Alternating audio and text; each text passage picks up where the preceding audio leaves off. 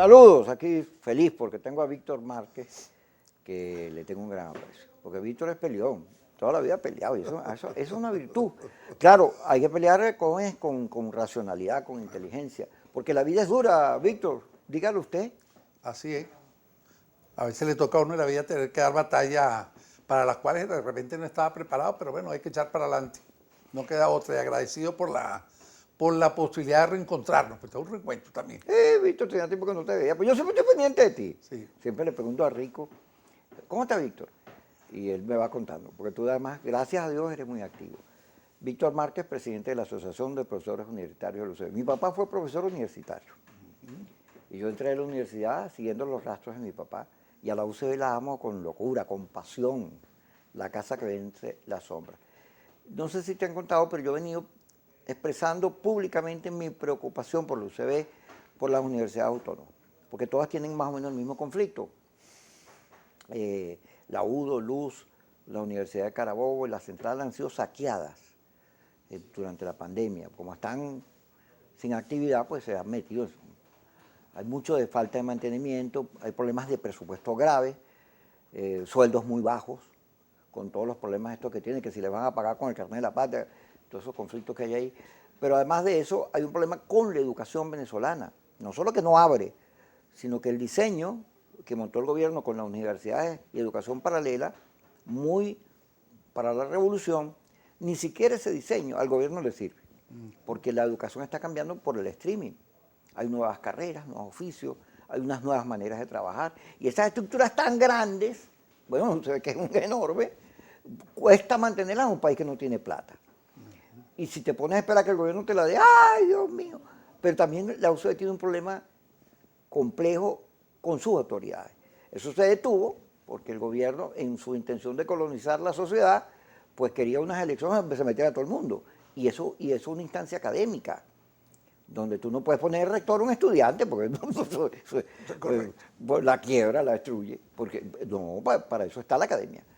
Entonces, tiene no sé cuántas elecciones allí, y el liderazgo, las autoridades, los decanos, bueno, tienen tanto tiempo ahí que como que han perdido la fuerza o la presión, no sé cómo definirlo, pero lo cierto es que pasa todo esto que estoy describiendo y la universidad está allí como si nada. Ok, tú dirás, no hay clases, la pandemia, pero algo hay que hacer. Por menos que eso, y tú lo sabes, en la universidad se montaba un aula magna y un gentío ahí hablando y a tirar discursos, por menos de lo que está pasando ahora, esta crisis tan compleja. Entonces, yo he visto unas cartas de profesores pidiendo actuación y las aplaudo. Y me gustaría oír tu opinión, porque si alguien sabe del UCB, eres tú. Bueno, en primer lugar, agradecido, ¿ok? Efectivamente, el programa universitario es sumamente grave. Yo diría, Kiko, que la gravedad tiene su origen hace muchos años, porque la universidad no fue capaz, o por lo menos sus autoridades, de entender que había un proyecto dirigido a la toma de la institución, que un amigo que no nombro porque ya falleció y además lo quería, ¿okay? Que pertenecía a los sectores progubernamentales, me decía, nosotros nos vamos a tomar la universidad metiendo los tanques, lo vamos a tomar de otra forma. Y la Asociación de Profesores en particular detectó de manera temprana cuál era la manera como se pretendía tomar la universidad. Me acuerdo que editamos un video que se llama En defensa de la Universidad Democrática y Plural, que decía que había 4 componentes en la política gubernamental. Uno, el cerco presupuestario. Hoy la universidad no maneja presupuesto. Ya le quitaron la nómina de pago a los empleados y a los profesores. Entonces la universidad no maneja el presupuesto universitario. Luego, el que le asignan es absolutamente irrisorio, porque tú le pides el 100% de lo que necesita y te dan el 2.4. Bueno, entonces tampoco maneja el presupuesto por esa vía. El segundo elemento es el desconocimiento de las normas de homologación, cuyo objetivo era destruir a la dirigencia gremial, porque tú le quitas los elementos para mantener la previsión social, le quitas los elementos que tienen que ver con los beneficios del profesorado. Y bueno, creó, como ha quedado en otras aparte, estructuras de carácter paralelo. Entonces la FAPU le colocan una contraparte, que es la FTV, bueno, que es una organización que no tiene dirigencia, que no tiene, digamos, reconocimiento de las bases profesionales, pero esa es la que estoy ahorita sentado discutiendo el cuarto contrato colectivo único del sector universitario, cuando ni siquiera el primero lo han cumplido. O sea, están en una payasada. ¿Qué es lo que ha caracterizado en general las conversaciones con el gobierno? Bueno, vamos a conversar, esto es lo lógico, es lo natural. Pero luego tú conversas, llegas a algunos acuerdos y esos acuerdos como que tú no hubieras conversado nada, porque nada de eso en la práctica se cumple. Nos destruyeron todos los institutos de previsión del profesorado, con excepción hasta ahora que yo sepa, el de la Universidad Central de Venezuela. ¿Por qué no lo destruyeron? Porque nosotros tuvimos la visión desde aquella época, exactamente, a nosotros nos quedó un exceso financiero para el gasto institucional y lo convertimos en moneda dura, y lo convertimos en inversiones, y esto es lo que está manteniendo en este momento el instituto, al extremo que 4% aporta la universidad, que es la responsable de la seguridad social, y el otro 96% sale de los propios profesores por diferentes vías, ¿ok? Entonces, bueno, primer elemento el cerco, segundo elemento desconocimiento, las normas de homologación, luego el tercer elemento que bajó un poco más recientemente, pero reaparece de diferentes formas, que era el uso de la violencia como arma política. Entonces tú te recordarás cómo destruyeron el rectorado, cómo quedaron la Federación de Centros Universitarios, y el otro elemento es la judicialización de la vida universitaria, que consiste en intervenir a la universidad, impedir las elecciones o tratar de imponer unas elecciones que atentan contra la Constitución Nacional, y esos elementos son los que están todavía presentes en el ámbito universitario. Ahora, el problema no es solo allí. Está bien, el gobierno tiene una estrategia y su estrategia es tomar la universidad. ¿Para qué? Para colocarla al servicio de la ideología del régimen. Punto. Porque el que piensa como ellos piensan, consideran que las instituciones educativas son aparatos ideológicos del Estado que tienen que servirle no a la clase dominante según ellos, sino a los sectores populares, y entonces los sectores populares son ellos y lo que hay que transmitir es lo que ellos piensan. Bueno, ese fue el objetivo. Y por eso crearon también instituciones paralelas, ¿okay? Otras instituciones que llaman universidad, pero cuando tú buscas las investigaciones, no aparecen las investigaciones que realizan esas universidades que ellos supuestamente crearon. El problema está también en que en el ámbito universitario no hubo, a excepción de la Asociación de Profesores, una respuesta institucional unida para enfrentar la estrategia política del régimen. Es decir, no hubo un consenso para decir, bueno, frente a esta realidad, ¿cómo vamos a actuar? Y esa realidad implicaba hacer alianza con el ser humano, preocuparse por los problemas de la persona, preocuparse por los problemas de los obreros, de los empleados, de los profesionales y de los profesores. Y no lo que ha ocurrido, que es que las autoridades están en un limbo y los profesores están pasando tragedia. Por ejemplo, no bien entraron a dirigir la universidad, inmediatamente se trataron de aumentar la prima de cargo. Si tú ves lo que ganaban en la prima de cargo, eso daba pena. Es decir, eran 4 lochas, ahora tú no puedes. Cuando todo el mundo está pelando, lochas, claro, entonces tú súbitelo tú y dejar al resto en las condiciones de miseria. Entonces eso comienza a erosionar la credibilidad, pero eso ocurrió al comienzo de la gestión. Pero es que ahora recientemente volvieron a hacer lo mismo. Llegaron a un acuerdo con el gobierno, a pesar de que no es explícito, tú descubres que efectivamente lo es, en el cual se crearon unas primas de responsabilidad. ¿Ok? Esas primas de responsabilidad, y te voy a poner mi ejemplo. Yo tengo la misma categoría del profesor Juan Torres, que es profesor de la Facultad de Ciencias. Tengo el mismo tiempo de jubilado de la universidad. Bueno, como yo me jubilé como director de OVES para salvar las prestaciones sociales, en su momento, yo en ese recibo que en aquel momento obtuve, ganaba 24 millones de bolívares y el profesor Juan Torres ganaba 7 millones de bolívares. Es decir, la diferenciación, 17 millones de bolívares. ¿Ok? Entonces creó una desigualdad que quedó una cosa muy desagradable. Dos cafés. Sí, claro, al final es una miseria. Mira, vamos a seguir hablando de esto, Víctor, pero tú sabes que aquí hay una cosa que llaman el corte y una cosa que llaman yeseña, que está por allá, que te está mirando con una cara que... Ya regresamos.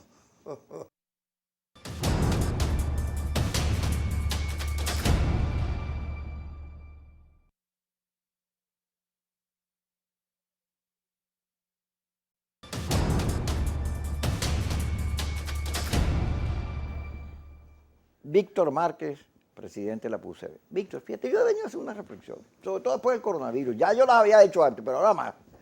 Uno es no caerme a mentiras, ni decir mentiras, sobre todo públicamente. No decir lo que la gente quiere oír, porque no, eso me niego. Que me linchen en las redes el señor y la señora aquella. No importa. Ya hagan lo que les dé la gana. porque yo me quiero sentir bien conmigo. Es correcto. Yo no sé si este país va a cambiar. ¿Tú sabes que yo le preguntaba a Pompeyo Márquez, Pompeyo, cuando estaba allá yo lo veía, tenía diabetes muy fuerte. Y me decía, Kiko, yo lo que quiero es ver que Venezuela vuelva a la democracia. Y se murió Pompeyo, aquí estamos. Entonces yo vengo pensando, fíjate lo de Perú. Yo leo, pueblo desgraciado, votaste por el indígena este pueblo insultando a los peruanos. Lo he venido citando aquí, el editorial del Comercio era, Perú elige entre Satanás y el demonio. O sea, ninguno de esos dos opciones era buena, porque la señora Keiko Fujimori, hay que amarrarse la cartera, porque ese señor es un delincuente, yo lo he venido diciendo, investiguen. No lo digo porque estaba presa. Sí, correcto. Y su papá, no, caramba. Ahora, este señor yo no lo conozco, ahora vi una entrevista que le hicieron en términos económicos y me sorprendió porque no sabía ni dónde estaba parado. Señor Pedro Castillo, tú la viste también, ¿no? Sí, como no. Qué peña con este señor. Ok, pero Caldera, no lo digo yo, para que los de las redes no vayan a editar y cortarlo, ¿no? Los mafiosos eso. Que Caldera decía, cuando perdió con Lucinchi, el pueblo nunca se equivoca. A mí me costó mucho entender eso, porque Galileo Galilei, bueno, casi que lo matan, tuvo que arrepentirse de decir que la Tierra era redonda y que el universo no giraba alrededor de la Tierra. El mundo, la realidad no gira en torno a Venezuela, eso es mentira. Los peruanos no votaron porque que el señor Castillo era igual a Maduro, eso es mentira. Y el conflicto que hay en Colombia es porque Petro o porque Maduro, eso no es verdad. Yo tengo un amigo, Tulio Hernández, que está allá. Yo le pregunto, mira, si Maduro tuviera la fuerza y Petro para causar ese conflicto, hace años estaría en el poder. Allá hay un conflicto social. Entonces, te estoy diciendo esto porque cuando yo veo al gobierno atrapado y lo veo moviéndose. Fíjate, Manuncio anuncia primarias en la oposición. ¡Ah! Lo que tú quieras, pero en la oposición va corriendo el tiempo, hay una obligación de unidad y ahí no hay nada. Ahí lo que hay son proyectos, juegos distintos. Y la estrategia del gobierno es dividirlos. Y lo saben y están en lo mismo. Y son jueces. Todos los que se están reuniendo dicen, es que este no, porque este tal cosa. Y todos ellos son un desastre. Lo dicen las encuestas, no yo. La data análisis, nadie les cree. Porque tienen 22 años metiendo la pata, unos y otros, porque son los mismos. Y Guaidó tenía 60%, tiene 11, va para 4. Algo pasó. Entonces, cuando tú empiezas a pensar qué está haciendo el gobierno está jugando a la geopolítica. Y necesita salirse de esa imagen de dictadura, de régimen. Porque, en primer lugar, esa batalla la ganó. El gobierno le ganó a Trump y le ganó a Guaidó. Ahí está. Pero luego, Latinoamérica se está moviendo y necesita que la revolución venezolana, que fue la que produjo esos éxitos una vez que Chávez resistió el golpe, ¿te acuerdas del efecto dominó? Sí, cómo no. Necesita que esta revolución tenga carácter democrático, porque todos los procesos en Latinoamérica son democráticos. Chile, Colombia, no son procesos de autoritarismo, son procesos de democratización. Entonces el gobierno necesita liberar a todo candidato izquierdista o liberal del mundo de esa maldición que es que si tú ganas vas a volver nuestro país como Venezuela. A Biden le metieron este traje. Entonces tú ves cómo reconocen que Pernalete y que el concejal, se me fue el nombre, Albán, gracias. O sea que el coronavirus me tiene la memoria dañada. Yo la tenía afectada, pero el concejal Albán fueron muertos por excesos policiales. Y Argentina agarró y retiró la demanda en la corte. Y ahorita se dice que viene, que no. Lo cierto es que el gobierno está moviéndose, habla de reinstitucionalización del país, propone un CNE, busca unos acuerdos, comienza a moverse porque por el camino que va, la situación económica lo tiene paralizado. No tiene gestión y tarde o temprano, como decía Clinton, la economía, estúpido, la economía le va a producir cambios porque la historia ha demostrado que los pueblos no se detienen y que los pueblos te dan confianza, pero el día que tú defraudas, buscan otros caminos.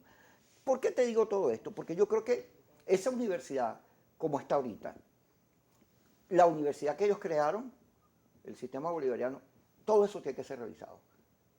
Porque ahora es un gasto demasiado fuerte y no hay desarrollo sin educación. Entonces hay que pensar en educación.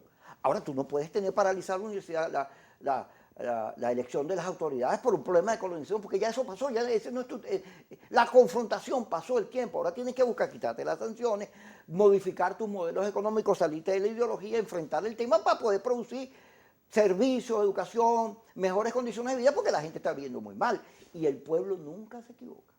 Esa reflexión te la hago para que me digas tú tu opinión. Fíjate. La hice larga, porque tú sabes que yo hablo mucho. Bueno, fíjate una cosa, el primer problema es el sufrimiento del ser humano. Yo utilizo con frecuencia una frase de Ali Primera que dice, la gente es el pueblo, o el pueblo es la nación, ¿ok?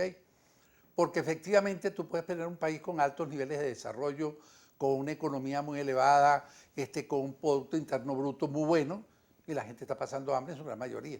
Es decir, la economía tiene sentido en la medida en que favorece al ser humano. Ahora, para que la economía tenga sentido, tiene que dársele oportunidades de desarrollo. Tienen que establecerse parámetros de legalidad que le permitan a la gente, por ejemplo, invertir. Porque en un país donde tú vas a invertir y te amenazan con expropiarte, pues tú no inviertes. ¿Ok? Así es. Si a ti te van a ofrecer trabajo y el trabajo que te están ofreciendo o que ya tú tienes no te alcanza ni siquiera para pagar un día de comida, bueno, difícilmente la gente se va a dedicar con empeño al trabajo. Y una de las tragedias que estamos viviendo es que la gran mayoría de los venezolanos pasamos a tener sueldos de hambre, pasamos a tener sueldos de miseria, no nos alcanza para sobrevivir. Entonces, los políticos no pueden estarse preocupando exclusivamente con la toma del poder, si tienen que preocuparse por lo que le está ocurriendo a la gente y cómo enfrentar la problemática que se está viviendo. Una problemática actual tiene que ver con la vacuna. Es decir, el Estado tiene una responsabilidad. Y yo hago mucho énfasis en la palabra Estado porque es que la Constitución es muy clara y la Constitución es el pacto social. ¿Ok? Ese pacto social dice que el Estado tiene la responsabilidad de velar por la educación, por la salud, por el bienestar, por la alimentación, es decir, tiene un conjunto de responsabilidades. Y lo que nosotros estamos viviendo ahorita, y por eso tiene sentido tu análisis, es un Estado que es fallido. ¿Fallido en qué sentido? En que no cumple con sus obligaciones, es responsable de la seguridad, y entonces uno ve estas bandas del coque que controlan parte del país, o lo que está ocurriendo en Apure, que es una problemática también similar. Entonces el Estado no tiene el control sobre el país, sobre el territorio. Al mismo tiempo, bueno, no es capaz de suministrarle a los venezolanos condiciones de vida dignas. Viene una pandemia, bueno, y el Estado dice que está vacunando, pero y efectivamente está vacunando. Decir que no está vacunando es una exageración. Lo que no es que está cumpliendo con un plan de vacunación transparente. Lo que está ocurriendo es que uno no conoce el plan de vacunación, es que no sabe cómo se está realizando. Entonces, la gente tiene incertidumbre. Entonces, en términos generales, sí estamos frente a una situación que el Estado tiene que tratar de resolver. En este momento, además, el Estado está expuesto a una sanción por la Organización Internacional del Trabajo, porque está incumpliendo con unas decisiones de la Organización Internacional del Trabajo y de la Comisión de Encuestas que determinaba, uno, que ellos no podían establecer el salario mínimo como lo hacen. Bueno, ellos incrementan el salario mínimo a su real saber y entender. ¿Ok? Sin consultar a nadie. En segundo lugar, han conculcado la libertad sindical. ¿Ok? Entonces, bueno, tienen que soltar también la posibilidad de que la gente haga sus elecciones. Tienen que liberar a los presos políticos que están en el mundo sindical y en el mundo laboral. Es decir, tienen que respetar todo un conjunto de derechos que están establecidos por la Organización Internacional de Trabajo. En parte, en mi opinión, pero eso es una opinión personal, puede ser o no cercana a la realidad, parte de la estrategia del gobierno es quitarse ese problema de encima. Entonces nos convocan ahorita a algunas federaciones a unas reuniones, pero no es porque tienen ningún interés en resolver el problema, ¿ok? Sino el interés que tienen es aparecer ante la OIT. Miren, aquí estamos reunidos con las centrales sindicales para resolver el problema y estamos discutiendo la contratación colectiva, porque eso implica el diálogo social. Bueno, en el caso de las universidades, si va a haber diálogo social, tienen que estar las autoridades universitarias que nunca les invitan, la Federación de Asociaciones de Profesores que nunca las invitan y el gobierno que se sienta nada más con los representantes de su sector. Vamos a seguir hablando de eso, Víctor. Vamos al corte y regresamos en Kikosis por Globovisión.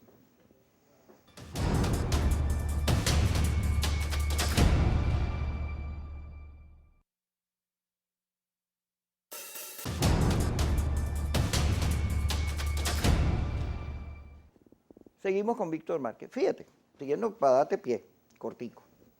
Ellos crearon los protectores. Y gremios, sindicatos que no controlaban, montaban algo para... Ese paralelismo, después se lo aplicaron, los americanos en Guaidó se lo aplicaron, 2 asambleas, 2 TCJ. Y eso a la situación del Estado, ellos que hablan de un Estado fuerte, Chávez, que centralizó en el Estado venezolano todas las funciones como nunca. Bueno, resulta que el Estado, como tú mismo señalas, a esta situación de La Vega, o estos señores de la Cota 905 que salen y montan alcabalas, o el coqui, todo esto, y no hay control. Entonces no es un Estado tan fuerte. O en todo caso, ahí hay un problema. Pero el problema tiene que ver con eso, con el desconocimiento de la realidad, y entonces nunca la atacas, porque siempre estás pensando que es otra, pero la realidad es muy cruda, es más cruda que la ficción. En Venezuela, tú ves los que están afuera, escriben, ¡ah! Están violando a los niños en la escuela. Y digo, mira, no inventes. La realidad es tan fuerte que no necesitas inventar nada. Ahora, está comprobado que la amenaza no sirve, porque los cohesiona. Viene el imperio, ¡ah! Entonces, las diferencias internas pasan a ser segundas porque hay una agresión. Vienen los marines, todo era mentira eso. Entonces, hay la necesidad de plantearse una nueva manera de hacer política, porque tú mismo dices, los políticos creen que el poder y la gente no... Sí, estos políticos no les importa a la gente, no, nunca hablan de la gente. Y luego, en el caso de la oposición, hay unos partidos muy clase media. Yo no tengo nada contra la clase media porque yo soy clase media. Pero, ahí Perú te está señalando que las mayorías, que son los pobres, son las que son determinantes. Tú no puedes adherir a un partido popular. Los partidos en Venezuela están obligados a hacer de todo, sociales, pero siempre preocuparse por los problemas de la mayoría, porque si no, no tienes futuro. Y luego la mayoría, hace rato, se sacudieron la solidaridad con Maduro. Con Chávez la tienen, porque en la encuesta aparece, Chávez que está muerto aparece más alto que todo el mundo, pero con Maduro no la tienen porque el Estado no le sirve. Ahora Maduro tiene esa presión, su público, ese público que los ha mantenido 22 años en el poder ya no los quiere porque, oye, está viendo mal, tiene que abrirse, tiene que buscarle soluciones, porque ya esas fórmulas de soberbia que tú mismo señalas no le resuelven nada, por el contrario, le crean un problema de incomunicación con la sociedad, no le entienden. Entonces, Fede Cámara, mire, que yo voy a utilizar, a comprar vacunas para darle a todo el mundo, entonces estás amarrado porque te acostumbraste a hacer un poder único. Entonces, la autoridad de la universidad tienen años ahí, o los gremios, pusiste en el CNE todo lo que tiene que ver la convocatoria de procesos y 20 años tiene la Federación Médica sin elecciones. Entonces, ¿qué pasó? Que tu democracia participativa tiene un conflicto, pero lo tiene en el medio de un conflicto continental, como te decía, y luego con un tema con los Estados Unidos y la geopolítica que se te metió. Ya no es que tú puedas hacer lo que te dé la gana, tienes a todo el mundo mirándote. Y luego el resultado de tu acción no es satisfactoria. Si tú no revisas eso, el destino de la revolución de los pueblos oprimidos, el socialismo que las conquistas y todo eso se va para el carrizo, porque te detuviste y más o menos estás reproduciendo los problemas del socialismo real, los de Cuba, los de la Unión Soviética. Todo eso se cayó por comportamientos muy parecidos a los de aquí. Y sobre todo por no entender la economía. Entonces, tú me estás hablando de todo esto, fíjate, nombraste la comisión tripartita, los conflictos sindicales, toda una cantidad de comportamientos que por lo menos exigen de la sociedad un comportamiento distinto al gobierno y a la oposición esa, que lo que busca es la salida de fuerza. Una manera de ser que le diga al país, un momentico, vamos a salvarnos, vamos a preocuparnos por lo demás, indistintamente que estos sectores le crean o no, pero en todo caso generar un centro grande, enorme, que imponga pelear por el país en otras condiciones. No sé si estoy soñando con eso. Bueno, es importante soñar. Bueno. Quien no sueña está muerto. Ay, Dios. Entonces, además nosotros siempre hemos sido soñadores de Eso una es u verdad. otra manera. Entonces, quitarnos esa parte de uno realmente es imposible. Fíjate, tú sabes que yo soy miembro del Frente Amplio, ¿ok? Que represento a los sectores gremiales y sindicales en el Frente Amplio. A veces en la discusión que tenemos yo digo, bueno, pero el nacimiento del Frente Amplio ha estado ligado con una salida política electoral democrática y apegada a la Constitución. Eso significa, si tú tienes esto en tu manifiesto, que cualquier otra alternativa distinta, bueno, está descartada para ti como forma de cambiar la situación.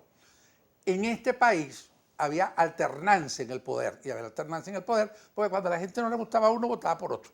¿Ok? Y ahí resolvíamos el problema. A lo mejor el siguiente era más malo que el que habíamos salido, bueno, pero la gente lo cambió porque consideró que no era competente en el área. El problema que tenemos en el país es que quedamos entrampados en la posibilidad real, en este momento, de hacer un cambio político por la vía electoral. Eso lo tiene internalizado la gente en la cabeza, lo que ha conducido a que la gente sienta que los procesos electorales no son confiables para salir de la situación política. Esa es una conquista del gobierno, porque esa conquista del gobierno ha sido efectivamente en algunos casos apuntalada por sectores democráticos o por sectores opositores al gobierno. Yo soy de los que considera que hay circunstancias en las cuales el llamado a la no participación es válida y en otros momentos el llamado a la participación es válida. Si tú hoy me preguntas a mí qué pienso yo, Víctor Márquez, no el miembro del Frente Amplio, yo diría que hay que montarse en los procesos electorales, que hay que exigir las condiciones en la calle, que hay que decir qué condiciones, o tener tú claro cuáles condiciones son fundamentales, y dar la pelea, porque si tú no peleas no vas a ganar nada. Es decir, tú tienes que pelear por condiciones, pelear por salario, pelear por bombonas de gas, pelear por comida, pelear por seguridad. Entonces pelea, no hay alternativa. ¿Ok? ¿Por qué? Porque el país está viviendo una profunda crisis económico, social y moral, es decir, de toda naturaleza. Entonces todo implica de alguna manera enfrentar la situación. Ahora, este gobierno no la va a poner fácil. Por eso todo tipo de presión es importante, siempre y cuando no afecte directamente al ciudadano. Es decir, por eso yo no comparto la idea de que no hubo resultados positivos cuando la gente se abstuvo. No. ¿No se logró el objetivo? No, no se logró. El objetivo era salir de Maduro. Bueno, ahí está. Si no salimos de Maduro, es claro que el objetivo no se logró, pero fue desconocido por la comunidad internacional. ¿Ok? También la Asamblea Nacional fue desconocida por la comunidad internacional. Ahora, ¿eso es suficiente? No, porque el drama, en vez de mejorar, ha empeorado. Entonces, eso significa que tú tienes que desarrollar estrategias que te ayuden a resolver el problema. Eso implica la aparición de nuevo liderazgo, porque la gente, bueno, se cansó del liderazgo. O sea, es como natural. Si tú llegas a un momento en que te enamoras, crees en la mujer de la cual te enamoraste y de repente sientes que la mujer te engañó, sea verdad o no, porque la percepción es la realidad. ¿Te contaron algo? ¿Verdad? No. Vamos a ir al corte. Okay. Ya regresamos. Kikosi por producción.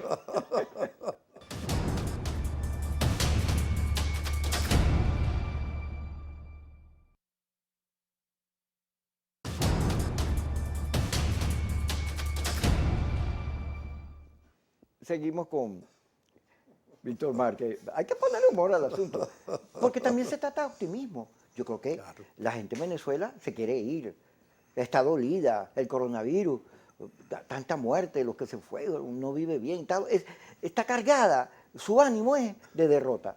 Entonces, tiene que haber un discurso de reincorporación a la esperanza. Y eso pasa por una manera distinta de hacer política. A lo mejor yo no voy a ser juez del liderazgo, porque me parece que es un error. Porque cuando tú eres juez del liderazgo y estás en derrota, o sea, vienes perdiendo, culpas. Entonces, tú eres colaborador y tú eres un ladrón y tú eres perverso y tú no quieres a tu mamá y vas sacando culpas y al final esta división que tenemos, 150 partidos de oposición, más o menos, entre chiquitos regionales, es expresión de un liderazgo que no ha entendido que debía unificar en vez de dividir. Entonces, hace falta ver al país como una unidad, plantear una unidad nacional, pero también una propuesta que en vez de conflictividad, porque yo estoy de acuerdo contigo, cuando Ledesma dijo, bueno, ¿y por qué los maestros están peleando por aumento salarial si la salida es sacar a Maduro? Yo digo, no, pues, nos vamos a morir, chicos, de hambre si pensamos así. Se ve que el señor, se ve que Ledesma está en otra política. Pues. Pero en todo caso, tenemos que la pelea sea por la vida, por los sueños, por la democracia. ¿Tú te acuerdas en Chile, cuando la campaña, que la campaña era Pinochet, ladrón, asesino, y llegó un publicista y dijo, no, vamos a hacer que vuelve la alegría. Yo no sé si eso corresponde a Venezuela, pero aquí hace falta algo que nos saque de esta confrontación cuyo resultado es un país dividido, fraccionado, sin futuro, y nos coloque en una discusión en la cual ellos existen, o sea, el gobierno existe, son revolucionarios, eso es tu tesis, yo te respeto que tú piensas así, o yo pienso distinto, y podamos alternarnos y podamos convivir sin necesidad que la gente sufra de una batalla de intolerancia permanente. Pero todo eso parece, ¿cómo es comeflor? No, fíjate, Kiko, la intervención tuya me hizo recordar ese hermoso acto que hubo en la aula que se llamó Venezuela Unida no se rinde. Todo el que fuese apto tiene que haber captado que el acto no era discurso más un mensaje positivo. Es decir, no nos rendimos, estamos luchando por un país mejor, por salir de la crisis, por mejorar, ¿ok? Y estuvo acompañado de un conjunto de elementos audiovisuales que movieron el sentimiento de la gente y que tenía como objetivo el renacer de la esperanza, ¿ok? Ese renacer de la esperanza hay que volverlo a rescatar ahora, porque la gente siente efectivamente que la vida se le está yendo. Tú hablaste de Pompeyo. Bueno, Pompeyo hubiera querido ver el país en otra situación, pero no le tocó no vivir, pero esto le tocó a Teodoro y le está tocando un gentío, ¿ok? No es nada más el problema de los problemas cotidianos del hambre, del gas, del transporte, todo se convierte en un problema. Cada vez que yo viajo para el interior del país, llevo en la camioneta de la parte de atrás a un gentío montado que no tiene cómo transportarse para el sitio donde va. Y cuando regreso con otro gentío montado en la camioneta. Eso nos dibuja el drama que estamos viviendo en el país, cuando antes era simplemente tomar un transporte. Pero es que hay otros elementos que afectan sensiblemente a una parte de la población y que tienen que ver con la separación de la familia. Es decir, no hay cosa más dolorosa que tú querer disfrutar de la vida que tu familia y haberla perdido. Yo te lo digo con toda honestidad. Yo cada vez que veo la fiesta de mi nieto que está en Chile, que está bien, a mí se me aguan los ojos, porque mi vida y lo que yo pensaba era disfrutar, pues yo tengo 75 años ya. Pero está joven, mi tío. Bueno, pero la pandemia también, fíjate que uno hay que tener cuidado. ¿Te dio ¿Okay? coronavirus? No, gracias a Dios no, hasta ahora no, y espero que no me dé porque voy a tratar de vacunarme pronto. Pero eso es una cosa que lo afecta a uno emocionalmente. Pues cuando las emociones se afectan, el sistema inmunológico se va para abajo. Entonces, un país deprimido, un país donde la gente no tiene bien dónde comer, donde no tiene buen salario, donde no hay seguridad, donde cocinar se convierte en un problema por la bombonera. Es decir, todo este drama que estamos viviendo baja las defensas y genera una mayor problemática. Por eso, si de algo tenemos que ocupar los sectores sociales, es de la defensa y la lucha por la gente. Los políticos se tienen que ocupar también de eso y de formular políticas para salir de la crisis que estamos viviendo. Efectivamente, la unidad es fundamental. Yo quiero rescatar una cosa que tiene que ver con ese amigo que me dijo: nosotros no vamos a tomar la universidad con los tanques, porque fue una persona con la cual yo me hice el propósito de no pelear. Yo dije, yo tuve demasiados años de amistad contigo para pelearme por esto. Es decir, cada vez que tú me provoques en relación con esto, yo no te voy a hacer. O sea, no pierdas el tiempo, porque no voy a pelear contigo. ¿Ok? Bueno, esa persona murió hace poco y terminamos siendo amigos hasta el final de su vida. El país necesita eso. Necesita reencontrarse, necesita entender, bueno, que hay gente que honestamente piensa de una determinada manera y aquí hay que separar las aguas. No todo el que cree en el marxismo, ni todo el que cree en el comunismo es malo. Ojo, hay gente que es honesta, que cree que esa es la salida y eso es respetable. Ahora, que haya gente que utiliza eso como instrumento para lucrar, o como instrumento para enriquecerse, o como instrumento para tomar el poder, esa es otra cosa. Porque no todos los malos están de un lado y los buenos de otro, sino que nos vamos a encontrar corruptos en uno u otro lado, y gente buena en uno y otro lado. Ahora, ¿qué es lo que es criticable en este momento? En mi opinión, el modelo político-económico que se ha implantado en el país, porque simplemente respetando la Constitución los problemas estarían resueltos. Es decir, el que haya un Consejo Nacional Electoral con un mejor rostro que el que teníamos, esto es positivo. Esto, en mi opinión, es positivo. Fíjate, ayer Diosdado, en el Mazo Dando, le cae encima le cayó a golpe a Márquez. Pero Márquez lo que está haciendo, fíjate, si el gobierno quiere reinstitucionalizar el país, tiene que comenzar con el CNE, esa es la clave de la película. Entonces Márquez lo que está haciendo es, mira, la Constitución y la ley dice que tú no puedes hacer esto. Todo el que ve el Canal 8 se da cuenta que tú estás encampañado. Así es. Entonces, ¿a quién le conviene más que eso sea pulcro, transparente y llano? Al CNE, que lo preside el gobierno, y cuya política fue llegar a un acuerdo para designación de esta autoridad. Márquez está cumpliendo con su papel. Y tú ves cómo todo el mundo, ¡ay, ayupi! Porque hay una gente, yo leí, este señor Granco, Aristilleta Granco, que decía, yo pensé que el CNE eran 4-1, después me di cuenta que eran 5-0. No es verdad, no es verdad que el 5-0. Ese CNE, para beneficio del gobierno, de la oposición, del país, de la comunidad internacional, de los venezolanos y su historia, tiene que ser transparente, tiene que ser un juez de respeto. Y Diosdado no puede, aunque Diosdado dijo una cosa, o sea que a mí Diosdado me da risa, a mí me parece que él es un buen show, él hace un buen programa. Hay gente que se pone bravo cuando uno dice eso. ¿Cómo vas a decir tú que es Diosdado, que es tan maluco? No, bueno, él agarra y dice, es que menos mal que apareció Márquez y dijo esto, porque ya yo no tenía que hacer, porque la oposición está muy fastidiosa, ya no me da que hablar. Ok, está bien, a ti puede que te guste la dinámica esa, pero al gobierno le conviene un CNE transparente, porque esa constitución la hicieron ellos. Bueno, la hicimos nosotros. Sí. Porque nosotros Pero, votamos la constitución. Pero en la constituyente, quienes la elaboraron eran mayoritariamente. Esa era la mejor constitución del mundo. Sí. Sí, cómo no. Yo estoy de acuerdo, no solo le conviene al Estado y al gobierno, le conviene al país. No, al país le conviene un sistema electoral transparente. Para mí una de las condiciones fundamentales de cualquier proceso electoral en este país es la presencia internacional. Bueno, la comunidad internacional dirá si fueron transparentes o no. Vamos a ir al corte y ya vamos a hablar del CNE, que ya, si me tira el zapato, ya saca un zapato, ¿qué es eso? Que el autoritarismo está en cualquier lugar.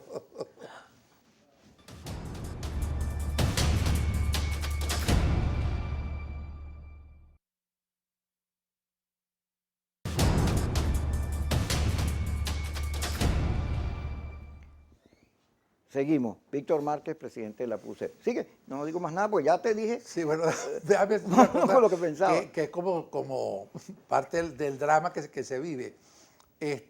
Uno trata de averiguar quién gana, pero no sabe. Ahora, hay cosas que sí saben. Es que Castillo, gane Fujimori, no tiene mayoría en el Congreso, ninguno de los dos. Esto implica que tienen que buscar acuerdos políticos, porque un gobierno que no tiene el apoyo del aparato legislativo, que es fundamental en el funcionamiento de un país, tiene que buscar acuerdos y tiene que buscar consenso. Entonces, cuando uno ve los resultados electorales, que siguen siendo un misterio, porque dicen una cosa por un lado, de repente aparece una cosa por el otro. Ahí parece que ganó Pedro Castillo. Bueno, supongamos que sí ganó, pero aún habiendo ganado, no tiene el control del poder. La otra tiene Igualito le ocurrió a López Obrador, ¿ok? Tampoco tiene el control. Eso es importante en un país, independientemente de quién gane, porque hay el control del Estado, hay el control del Ejecutivo, porque hay una tendencia en América Latina al autoritarismo, donde entonces el presidente de la República es el que decide todo y es el que manda todo, no tiene que tener contrapoderes. Y en la Constitución nuestra fueron creados los contrapoderes. Lo que pasa es que desaparecieron porque los cooptaron todos. ¿Okay? Esa es parte de la lucha democrática que los venezolanos tenemos que dar. Pero uno no puede ofrecerle al país eso, es decir, que es fundamental para los intelectuales, pero ese no es el problema de la gente. El problema de la gente es que no tiene con qué comer, es que no tiene con qué transportarse, es que no tiene para pagar la gasolina, es que no tiene con pagar la educación de los hijos. Es toda una gran cantidad de cosas que todas implican carencia y todas esas carencias son el resultado de una mala política del Estado venezolano y en este caso de quien detenta el control del gobierno, que es el que determina cuáles son las políticas. ¿Okay? Entonces el gobierno debería buscar efectivamente llegar a un acuerdo con los sectores de oposición, acordarse y buscar una solución política que pasa por la vía electoral, porque si no es por la vía electoral, entonces es por la vía de las armas. Y por la vía de las armas perdemos todo. ¿Okay? Entonces esa no es la vía adecuada, pero eso implica que haya sectores, tanto en el gobierno como en la oposición, dispuestos a llegar a un gran acuerdo por los venezolanos. Eso le mostraría a los ciudadanos que los políticos son capaces de ponerse de acuerdo en función de las necesidades del pueblo, porque lo otro sería nada más pensar en pequeño y pensar en sí mismo y en las cuotas de poder propias.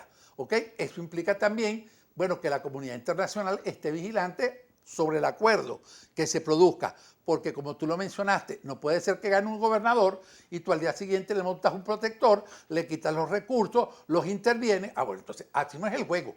El juego no es ese, es un juego democrático. Entonces eso forma parte de la pelea. Y por eso el gobierno hace ese tipo de actuaciones, para que la gente se desmotive. ¿Y para qué vamos a votar? Si entonces si yo voto van a poner un protector y el protector va a hacer lo que le da la gana. Bueno, que lo ponga. Por ejemplo, la universidad no tiene autonomía ya, no es verdad. La universidad está tomada e intervenida hace rato. Bueno, si quieren que metan a su gente, que se forme que se tenga que formar, pero no vivir como que nosotros tenemos autonomía, como que todos estamos en condiciones de funcionar normal cuando no estamos en condiciones. Yo te voy a dar un ejemplo. Nosotros estuvimos parados el Instituto de Prevención durante un año por razones vinculadas con la pandemia. Cuando intentamos ponerlo en funcionamiento, Kiko, tuvimos innumerables problemas porque los equipos se nos dañaron por falta de uso, porque esos equipos, para que funcionen adecuadamente, tienes que usarlos. Y al no usarlo, entonces hubo que hacer toda una reinversión. Bueno, yo me imagino, para abrir nuevamente la Universidad Central de Venezuela, que no la están saqueando ahora. No es en la pandemia el saqueo ha sido pequeño, ha sido grande en la UDO. Por ejemplo, la destrucción de la UDO es espantosa. No, pero es que el Instituto de Medicina Tropical lo sacaron unas cuantas veces, muchísimo antes de que viniera la pandemia. Y el robo en la universidad ha generalizado desde hace muchísimo tiempo. ¿Ok? Entonces, eso lo que hace es agravar la situación, pero fíjate, porque tú recuperas equipos, pero no recuperas los procesos de investigación. Pero fíjate, nosotros, el país en su historia, Guri, un sistema de autopistas que en su momento fue el mejor de América Latina, empresa petrolera de alto nivel de gerencia porque la teníamos, la petroquímica, todo, aquí se hizo un proyecto de industrialización para generar una estructura que permitiera el desarrollo. Sí. Eso le sirve cuando aquí viene la gente de afuera, el gobierno los lleva a Guri, mire lo que hicimos. Bueno, eso es obra del país. Y tú vas a Francia o a Europa y ves que los gobernantes dejaban construían algo bonito para dejarlo ahí. Mira, aquí, esta fue mi contribución. Pero todo lo que la historia de Venezuela ha hecho está amenazado porque no hay mantenimiento, porque no hay política. Entonces, tienes que pensar en el país. Pues, tú no puedes, no tienes que llegar al subsuelo, a ahogarte para auxilio. No, este país necesita, oye, un esfuerzo monumental para reconstruirlo, porque no tiene la mayoría de las industrias quebradas, la industria petrolera ya no da plata, tienes que repensarla. Oye, claro, si eso no sirve para conmover a los venezolanos al liderazgo. Pero es que esa es precisamente la consecuencia del socialismo del siglo XXI.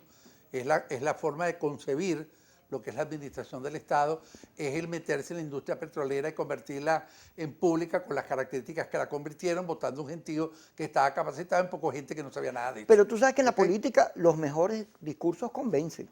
Ah, bueno, desgraciadamente es así. Los mejores discursos. No desgraciadamente, porque el discurso de la democracia, de la tolerancia, ese es un discurso que hoy más que nunca para Venezuela es una necesidad. Pero el discurso populista tiene más efecto que el discurso racional. El problema es cómo hacerle entender a la gente que hay que tomar decisiones basadas en la racionalidad, que a veces tienen unos costos desde el punto de vista del país y personal para que el país pueda en un determinado momento progresar.